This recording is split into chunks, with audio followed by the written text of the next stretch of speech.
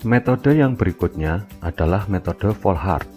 Metode Volhard ini merupakan titrasi tidak langsung atau titrasi kembali, di mana larutan AgNO3 yang sudah diketahui konsentrasinya ditambahkan secara berlebih ke dalam larutan uji.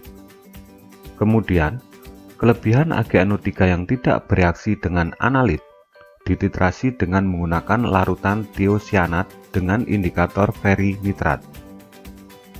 Titik akhir titrasi dapat diamati dengan terbentuknya warna merah dari kompleks feriamonium tiocyanat. Metode ini bekerja dalam suasana asam. Hal ini disebabkan karena dalam suasana basah atau netral akan menyebabkan indikator ferinitrat berubah menjadi ferihidroksida yang berwarna jingga gelap. Pada perhitungannya, dengan menggunakan kesetaraan jumlah mol, maka mol analit dapat ditentukan dengan mengurangi mol Ag total yang ditambahkan dikurangi mol Ag sisa yang ditentukan dengan titrasi dengan tiocyanat. Pada mulanya, metode ini memberikan hasil yang baik pada anion-anion seperti Cn-, Br-, I-, dan S. Hal ini disebabkan karena endapan yang terbentuk antara anion tersebut dengan Ag+ mempunyai kelarutan yang lebih kecil daripada kelarutan AgSCN. Pada penerapannya, kemungkinan pada saat titrasi bisa saja tiocyanat tidak hanya bereaksi dengan sisa perak nitrat, tapi juga bisa terjadi reaksi dengan analit yang sudah menjadi endapan AgX yang terbentuk tadi.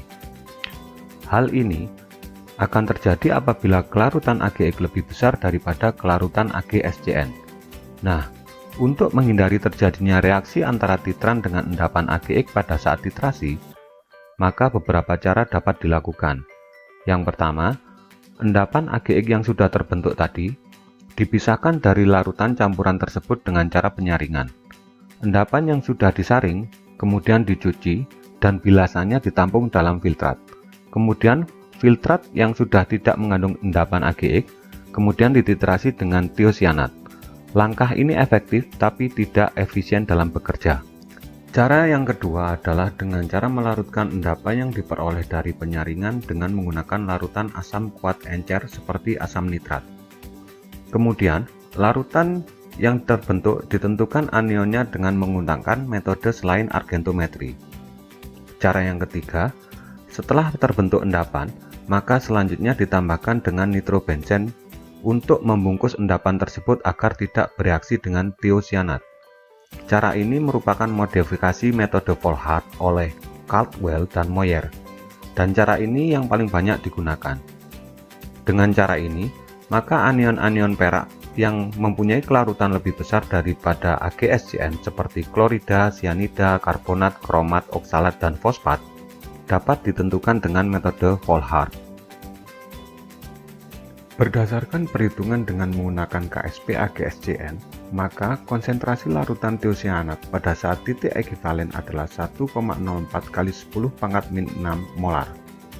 Akan tetapi, pada penerapannya, konsentrasi yang diperoleh dari perhitungan ini terlalu kecil, sehingga titik akhir titrasi sulit diamati karena perubahan warna yang lambat.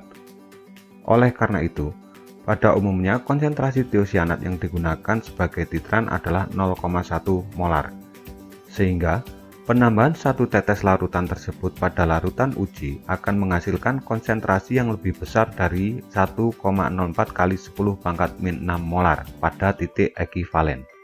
Dan berdasarkan deret Hofmeister dan prinsip Le-Chatelier yang menyatakan bahwa kesetimbangan pembentukan kompleks akan bergeser ke arah kanan bila konsentrasi ion-ion penyusunnya ditambah, maka pada umumnya konsentrasi larutan ferinitrat yang digunakan adalah larutan jenuh.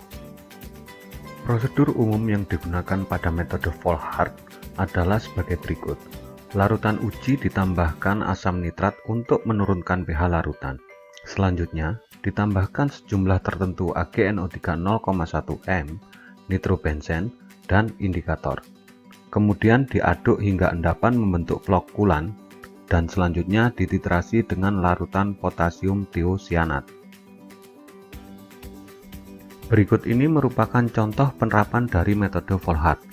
Garam dapur sebanyak 0,2 gram dilarutkan dalam 50 ml Aquadex, kemudian ditambahkan 5 ml larutan asam nitrat dan 50 ml larutan perak nitrat 0,1 m. Kemudian ditambahkan 1 ml larutan ferinitrat jenuh dan selanjutnya dititrasi dengan larutan potasium tiosianat 0,1 m. Diperoleh volume titrasi 17 ml. Berapa kadar NaCl dalam garam dapur tersebut? Dengan menggunakan kesetaraan mol ekivalen, maka mol ekivalen NaCl sama dengan mol ekivalen perak nitrat dikurangi mol ekivalen potasium tiosianat. Karena muatan masing-masing ion adalah 1, maka mol NaCl sama dengan mol perak nitrat dikurangi mol potasium tiosianat. Sehingga dari persamaan kesetaraan mol tersebut dapat langsung diturunkan menjadi persamaan penentuan kadar NaCl dan diperoleh kadar NaCl 96,5%.